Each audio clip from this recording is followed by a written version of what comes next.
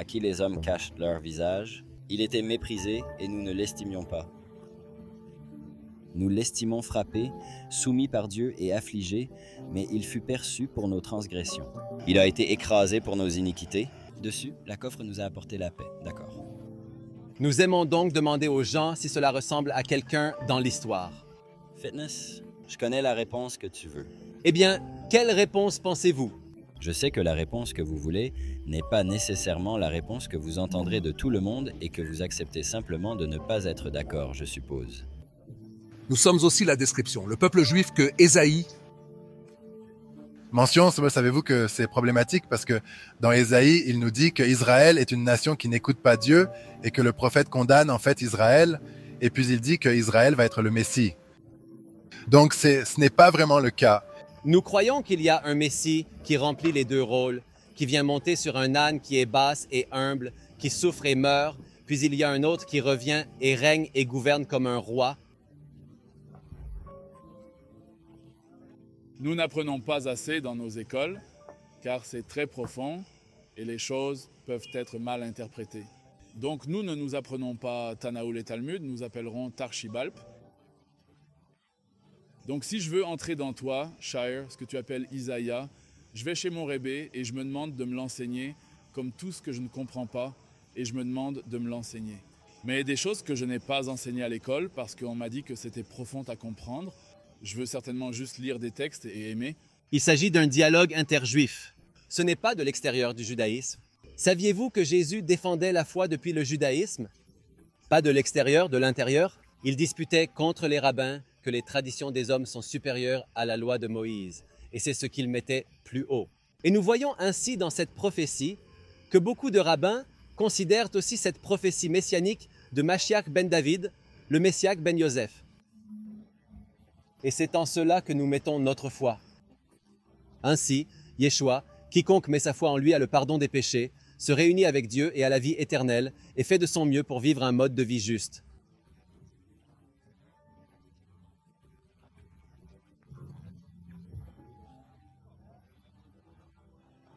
Parce que quel est le plus grand commandement de la Torah? Non, ce n'est pas le plus grand commandement. Le plus grand commandement est OK, mais le plus grand que je comprends ce qu'elle est. Ah.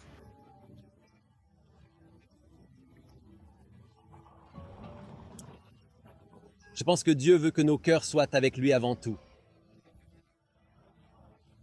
Aimez donc le Seigneur votre Dieu de tout votre cœur, votre âme et votre force, et aimez votre prochain comme vous. C'est le plus haut commandement. Et nous croyons donc que Yeshua était l'accomplissement de la Torah, pas le remplacement de la Torah, l'accomplissement de la Torah. Et en mettant notre foi en lui, Dieu nous donne son esprit pour pouvoir vivre ses commandements, non?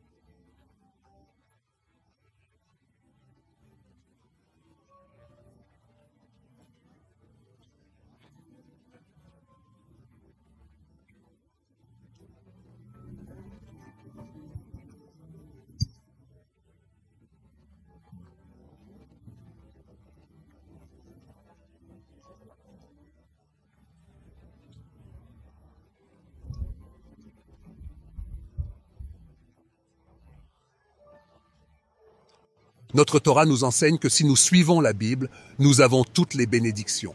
Tout est promis. Quoi? Il se produit quand nous ne suivons pas la Bible, d'accord? Nous, En tant que Juifs, nous sommes censés suivre les lois de Dieu dans la Bible et fonctionner comme des grands prêtres pour le monde. Si vous voulez être le grand prêtre du monde et que vous créez une bénédiction pour tout le monde, vous devez être sanctifiés. Il n'y a pas c'est le moyen. Comment vous rendez sanctifiés par? garder la Torah. Alors vous dites, pour nous sanctifier, nous devons suivre la Torah? Retour à la Torah pour faire le repentant Shuva. Et dans la Torah, dans la Bible, dans le livre du Lévitique, il nous dit ce que nous devons faire pour devenir sanctifiés à Dieu. Il est dit dans Lévitique 1711, « Et je vous l'ai donné pour vous faire une expiation sur l'autel. » C'est le sang qui expie sa vie. C'est le sang d'un animal. Le sacrifice, le sang, il ne dit pas le sang d'un animal. Le sang, c'est le puits. Dans le judaïsme, vous pouvez répandre le sang. Quand vous souffrez de lâche, vous donnez une partie de votre sang. Ce n'est pas facile de souffrir psychologiquement, de faire des scènes et de vous sentir. Vous tombez des endroits très bas, croyez-moi, cela presse votre sang. Je comprends. On peut donner beaucoup d'interprétations à cela, mais fondamentalement, Laisse-moi. terminez pas seulement cette phrase. Pas de temple, pas d'autel, pas de sacrifice. Comment alors aujourd'hui expiez-vous vos péchés? Bonne question. Je dirais que cela nous enseigne que quand nous prions, Dieu lui a promis. C'est comme un sacrifice promis par les animaux après la destruction du temple. N'est-ce pas comme je sais? Ce n'est pas nos sages qui l'expliquent, bien sûr. Les sages étant les rabbins. Ils apportent les rabbins et les sages de l'ancien temps d'eux. Romain, le haut du rabbin. Le Talmud, le haut du haut, y avait. Ils avaient un Saint-Esprit en eux et ils trouvaient beaucoup de secrets dans la Bible à trouver et à comprendre cela. Un des prophètes en a également parlé. Vasuli Mikdash Mehat. Lorsque le temple a été détruit, il y a une synagogue qui est un petit temple. Dans la synagogue, vous apprenez la Torah ou vous priez. Donc, quand vous priez, c'est comme le corbano, l'offrande. Et ça dit ça comme vous dites. Ou est-ce une interprétation des sages parce que j'ai laissé la Bible interpréter la Bible? Waouh, quelle conversation incroyable! Et ce que nous pouvons voir ici, c'est que nous pouvons nous réunir en tant que frères, en tant que juifs. Cette conversation est une conversation de 2000 ans de l'intérieur du judaïsme. Et c'est un cœur important à avoir avec nos frères. Et même s'ils ne sont pas d'accord avec nous, nous pouvons toujours partager notre foi en Jésus et proclamer son nom ici, à Jérusalem. Nous avons donc le travail de partager l'Évangile, la bonne nouvelle, et nous le faisons de toute façon, qu'elle soit acceptée ou rejetée. Entre-temps, nous avons de belles conversations avec nos frères et sœurs juifs comme nous l'avons eu aujourd'hui. Et il y avait un peu de chaleur. Il y a eu un certain rejet, un certain désaccord. Mais en même temps, nous proclamons le nom de Jésus. Nous avons partagé l'Évangile, qu'ils le croient ou non. Ils rentrent chez eux et diront à leurs amis « Et j'ai parlé de Jésus à ces gars aujourd'hui. » Le nom de Jésus va avant et la parole de Dieu ne reviendra pas vide ou vide. Et je prie que Jésus utilise tout et tout pour apporter sa gloire ici à Jérusalem. Et nous disons l'année prochaine à la nouvelle Jérusalem où le Messie viendra et rétablira son royaume ici. C'est vrai. Ah, nous attendons cette heure. Ouais, alors priez pour le peuple juif, priez pour les gens auxquels nous avons parlé aujourd'hui, afin qu'ils viennent à la foi et à la connaissance de Jésus en tant que Messie et Sauveur du monde. Amen. Amen. Si vous aimez ce genre de contenu, n'oubliez pas de laisser un commentaire et un commentaire. Jeff va s'assurer qu'il répond à tout. Chaque commentaire jamais fait, même sur les chaînes YouTube des autres, je vais y répondre.